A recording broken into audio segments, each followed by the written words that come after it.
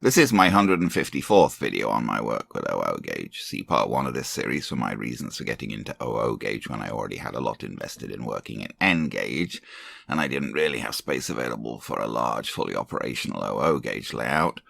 Also see my series on my N gauge railway modelling for smaller and more complex scenery and smaller scale trains running. This part is about a bunch of old Hornby Dublo coaches that I bought and my attempts to get them running on my modern track and to make them at least somewhat appropriate to my prototype of LMS operations before World War II, especially in the British Midlands. This will, I'm afraid, be a bit of a wandery video, since my work with these coaches was quite wandery, encountering various problems with them and trying various ways to overcome those problems, sometimes resulting in dead ends, before I finally found a way to make things work. By the way, they're doing some work next door, so there may be some hammering in the background, and there's really not much I can do about that. There's also a plane going over now, I think. I had done some work before retrofitting more modern plastic coaches with simplex couplings to allow them to be drawn in a train by old locos with simplex couplings. For my most recent efforts in that direction, see part 135 of this series. I was a little leery of buying actual Hornby Dublo coaches for a couple of reasons, hence my waiting so long to do so. As mentioned, my OO gauge prototype is pre-war LMS operations. Now, Hornby only ever actually made LMS coaches in Dublo 3 rail. By the time they switched to Dublo 2 rail, the LMS no longer existed, since the railways had been nationalised, forming British Railways in 1948. It seems that Hornby felt that the target buyers for their models would not be interested in historic trains and would only want to run what was current, as Hornby basically only made British Railways coaches in Dublo 2 rail. Now, I could buy 3-rail Dublo LMS coaches, but if ran as they came, they would simply short out the controller on modern track, as they would have no electrical isolation between their wheels on the two sides. So to run those 3-rail coaches on a modern layout, I would have to replace the wheels, and I really didn't know how easy that would be. On the other hand, I could buy Dublo 2-rail BR coaches and try to make them pass as LMS coaches, but that would inevitably be a bit of a fudge. As it turned out, as you'll see in this video, I ultimately did decide to do both of these things, but the downsides involved gave me some pause. The other consideration that caused me to pause before buying Dublo coaches was that they were all tin plate, and I was rather dubious as to the realism of tin plate coaches with completely flat sides, with panelling, doors, etc. only painted on, or printed on. I eventually decided that there was an inherent nostalgic justification for running these older models, and that anyway they might not actually look too bad running on a layout.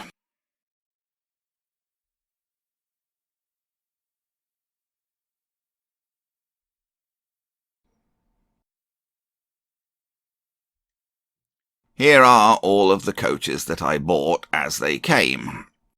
The 3 LMS coaches at top right came in one lot from eBay UK, and all of the others came in one other lot. The Blood and Custard coach at left was not something I would have bought of itself, but it came in the lot with all of the short Crimson coaches. Here's a closer view of the 3 LMS coaches. Somewhat worn and marked, as might be expected, since they're almost certainly older than I am. These were corridor coaches, 2 composites and a brake third. Here's a closer view of one of the composites. The roof is coming loose and the glazing isn't in the best condition, but it doesn't look too bad for a model over 70 years old. Here's a view of 2 of the short Crimson coaches. These were a bit odd. For one thing, they're very short. To scale, they would represent coaches only about 44 feet long. Were bogie coaches that short ever run? I'm pretty sure not by the LMS. I believe the shortest regular LMS passenger bogie coaches were 51 feet, and 57 feet was the most common length for earlier short stock. Bogie coaches, that is, obviously 4-wheel coaches, and 6-wheel coaches would be shorter. Some special coaches were a bit shorter, some special bogie coaches, such as some parcel vans and inspection saloons. Inspection saloons were generally 50 feet, but I don't think anything was as short as 44 feet. I may be wrong, but I suspect that Hornby just made these unrealistically short so that they'd look better going round curves on small tabletop layouts. These coaches had only 1 markings on the doors, no 3s. I assume that doors not marked 1 would be third class. I got 7 of these coaches, and 5 of those were brakes, with only 2 composites, assuming the coach seen at bottom here is supposed to be a composite. These models appeared to be intended to represent non-corridor suburban type stock, although they have no interior detailing whatsoever, whereas the LMS coaches do have interior representation of corridor and compartments. This coach is not in fact a Hornby Dublo model at all. It's a Trix Twin Railways TTR model. It came with a pickup for the centre rail, so it was apparently originally intended to have interior lighting, since that would be really the only reason for a coach to have a centre rail pickup. I got out my multimeter to check out the coaches in my testing area. The short crimson coaches had no continuity between the wheels on the 2 sides, indicating that those were 2-rail coaches, suitable for running on modern track without modification, at least as far as electrical continuity was concerned. The LMS coaches, on the other hand, did have continuity between the wheels on the 2 sides, indicating that, as expected, those were Dublo 3-rail models. Just out of interest, I tried the Trix coach. There was no continuity between the wheels on either side. There never should be for TTR stock. There was also no continuity between the centre pickup and the wheels on either side, and nothing happened when I applied power between the centre pickup and wheels, so apparently the lighting components were defunct. I got the 3-rail coaches onto my workbench to see what would be involved in changing the wheels on them. The bogies were die-cast metal, and the wheels were retained in the bogies by spring metal clips, into which the ends of the axles fitted.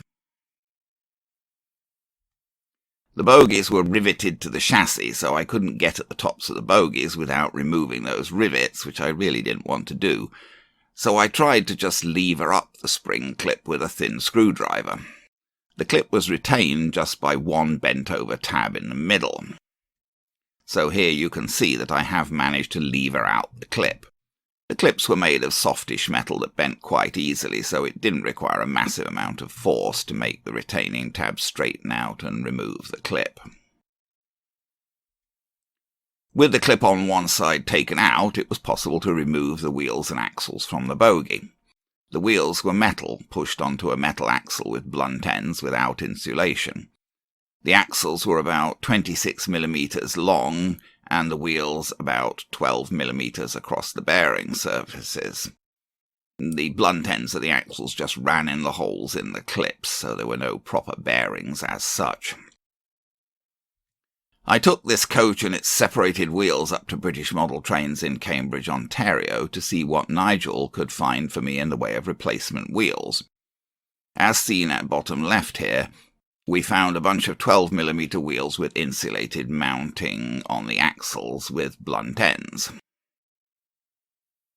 However, the axles on these wheels were about 27mm longer than the original axles and a bit too long to fit into the Dublo bogies. Here's one of the original axles in my calipers, just over 26mm. And here's one of the replacement axles that I got dead on 27mm. I used a grinding wheel in a rotary tool to grind down the ends of the axles a bit to reduce the length to where it would fit into the bogies. I measured the first couple of axles. After that I just ground them down by eye, as the precise measurement wasn't vital. With the axles ground down a bit, I was able to fit the replacement wheels into the bogies. It wasn't really possible to bend the retaining tab on the clip flat, as I could barely get between the bogie and the chassis, so I put a dab of CAE glue on the centre of the clip to ensure that it wouldn't fall out. I followed the same process for the second bogie on the first coach. Now I had a coach with all of its wheels replaced, and the new wheels seemed to rotate in the bogies fine. I took the coach up to my little test track and ran it back and forth behind a loco. There didn't seem to be any problems, no shorting out, and it ran backwards and forwards okay. However, I now started to worry, wouldn't the ends of the axles contact the chassis on both sides? Couldn't that cause a short circuit? So I mucked around trying to put heat shrink on the ends of the axles. Here you can see a pair of axles with heat shrink on their ends. Then I trimmed off the excess, returning the axles to their normal length. However, they wouldn't run in the clips on the bogies with the heat shrink on. And then I realised that this whole thing was a waste of time. It doesn't matter if the ends of the axles are connected to the chassis on both sides. Power will only come through the wheels themselves, and the wheels are insulated from the axles. Duh. So I proceeded to change all of the wheels on all 3 LMS coaches. And I ran them all on my test track behind a loco without any problems. Next, I decided that I would try to put some decals on the short, non-corridor coaches. I got out some HMRS press-fix decals for yellow LMS markings. The LMS practice was generally to put LMS letters towards the left on each side of the coach, just ahead of the bogie. So I placed press-fix decals for LMS letters of appropriate size in this position. The press-fix decals gripped very positively on the smooth metal of the coach sides. Here's that coach with its new LMS marking after the backing paper was wetted and removed from the decal. The brake coaches were a little different, but the principle was the same, LMS letters towards the left on each side just inside the bogie. The LMS generally didn't put roundel insignia on suburban coaches, although in very early practice sometimes small LMS letters were used with a roundel underneath. I marked all of these coaches in this way. Of course, these coaches are still very much a bodge as representing LMS stock. To my disappointment and frustration, when I tried to run the LMS coaches on my Hornby layout, they just kept derailing. It seemed that the new wheels that I fitted, whilst they sat in the bogies and turned okay, were not capable of keeping the coaches on the rails going round curves.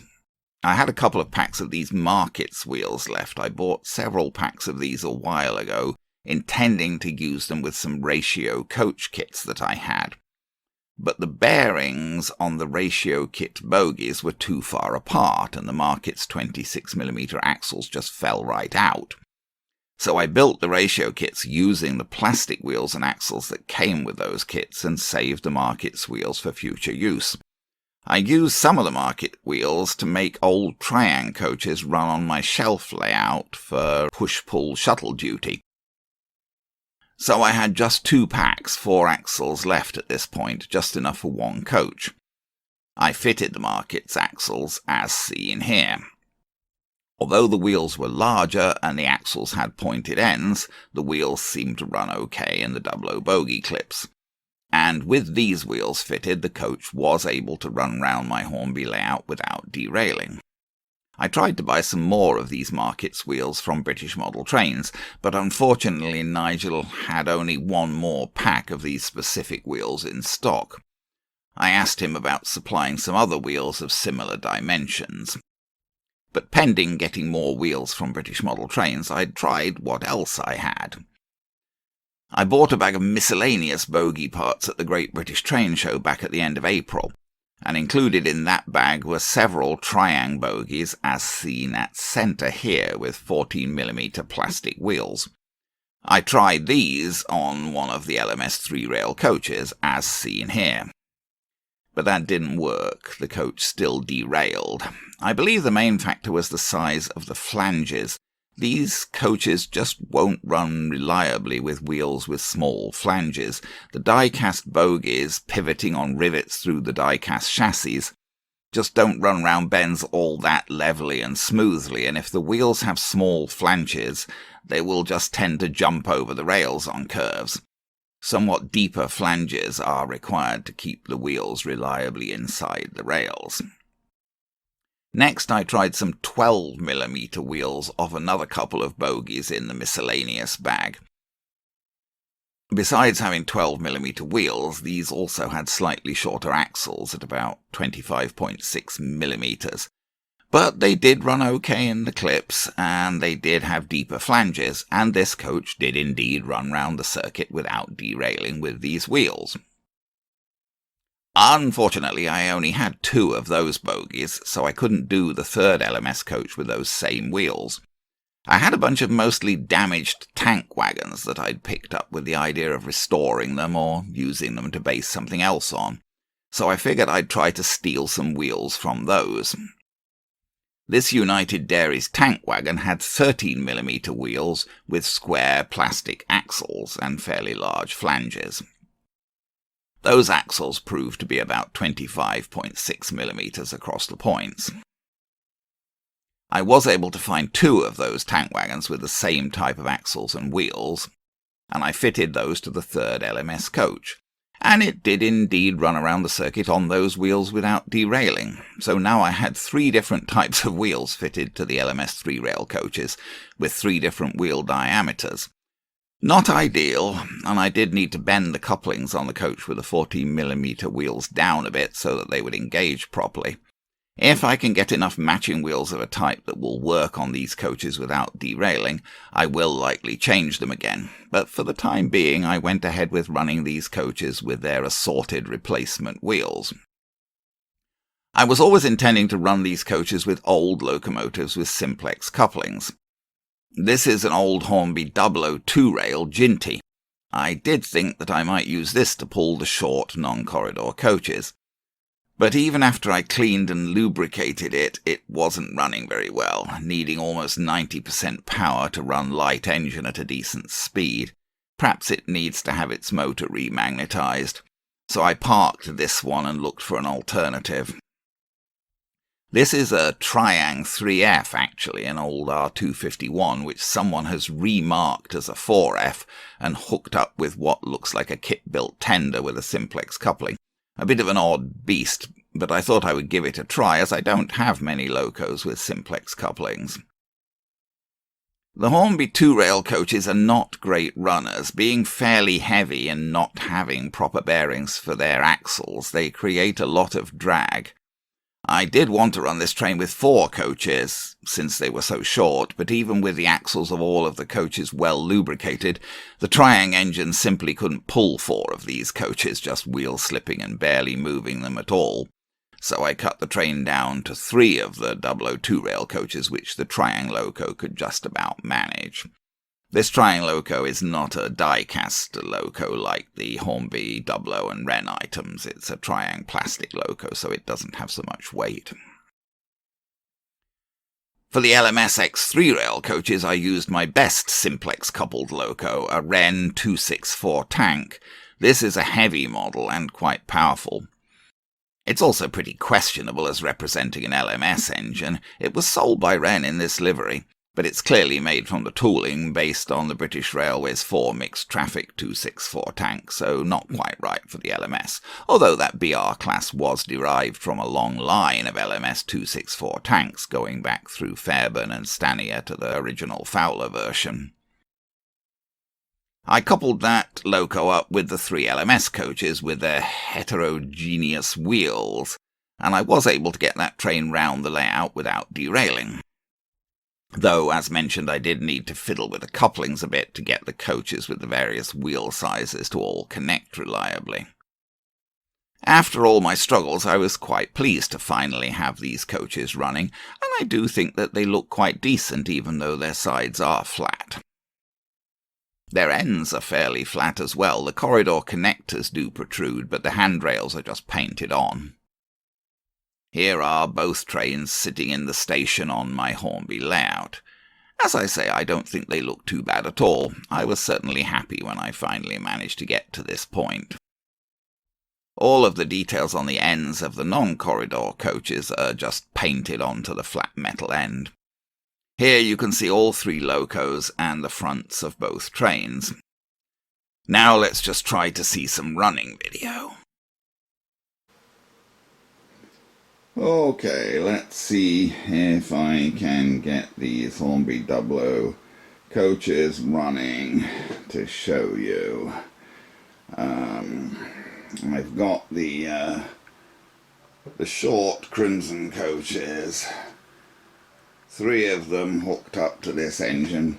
Strange little engine that is. It started life as a Triang R251 3F, and then someone's repainted it and numbered it as an LMS 4F, perhaps just due to a misunderstanding about LMS numbering, and they've got this rather unusual kit-built tender on it with a simplex coupling. And I've got that hooked up now to 3 of these Hornby tin plate coaches, the short suburban ones.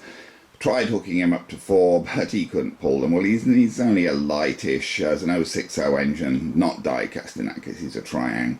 Doesn't have a massive amount of weight, and they generate quite a bit of drag, those Hornby coaches, with they have quite a bit of weight, and they've got plastic, you know, with, well, I'm not sure the plastic wheels, but they've got they've not got any proper bearings on the axles anyway. I did oil them. Anyway, so let's see where we get with that. Even with a 3, we're probably going to get some... Oh, there we go. Yeah, just turning the power up.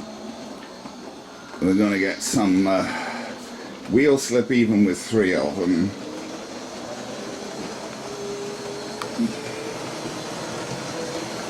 But we didn't just get some wheel slip. He's speeding up now as he's getting over the wheel slip. We didn't just get some wheel slip, he just couldn't move 4 at all. He just sat there. Slipping his wheels and nothing happened. Basically, we didn't get any movement much with 4 of them. Okay, so that's 60% power he's at, which isn't too bad for an old engine. I did consider, as I said, using the old Hornby Ginty there to pull these, which has got more weight. It's also an 060 and it's die-cast, it's got more weight. The problem was to get up to anything like this speed, it needed 90% power, which made me rather uncomfortable. So, okay, so I'm going to try and put that controller down, and we'll have a look at the other train, which is, now this one's even more likely to derail, although I have had it round without it derailing. Ooh, I can smell the electricity from that engine running. I hope it doesn't burn out or anything. So we'll try and start this guy. He has a tendency to start with a bit of a jerk. He's a nice heavy engine with good pulling ability, but I'm slowing him down a bit now. That's a Ren 264 tank, and he has good pulling ability. He's very heavy, die-cast and whatever, but he does tend to, he's not a very smooth runner. He doesn't start off smoothly. He tends to start off with a jerk. I've got him down just over 50% power now. I suppose we should really focus more on the coaches, which was the point of this exercise. Oh, that's another thing, yes, that Triang engine doesn't have the world's best pickups, so it tends to hesitate a wee bit going over the points. It gets over them, but it hesitates. And there's those 3. Now they've got, as I say, they've got completely heterogeneous wheels. I think the first one's got 14mm. One's got 14mm wheels. One's got 13mm wheels, and one's got 12mm wheels. I'm planning to. I've just received confirmation of an order for some 8 more axles of 14mm wheels. So I'm planning to have them all with 14mm wheels. I think ultimately, but I didn't have any. I only had 2 packs of 14mm wheels left. and I wanted to get them running, so I fished around to see what I could put on them, and ended up putting some 30mm wagon wheels on a couple of them, and some 12mm coach wheels on the other. The critical point is they need something with fairly substantial bogies to hold them on the track. Whose controller do I have in my hand? I have, whoops, sorry, I beg your pardon.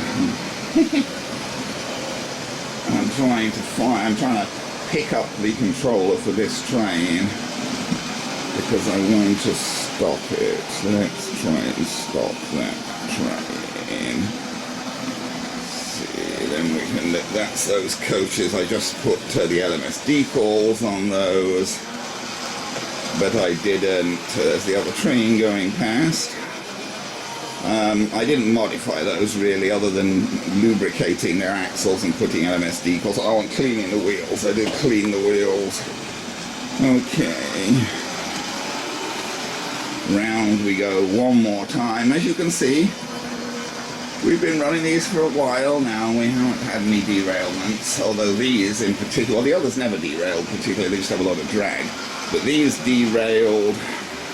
They derailed with the first wheels I put on them, the wheels I initially got to replace the Hornby Dublo wheels, and they also derailed with the Triumph 14mm plastic wheels, so they're a bit picky about what wheels they can run with. I say I pretty much know what it is. They need wheels with a decent sized flange that'll hold them on the, I'm slowing him down now, hopefully, yes, it is his control I've got in my hand. There we go.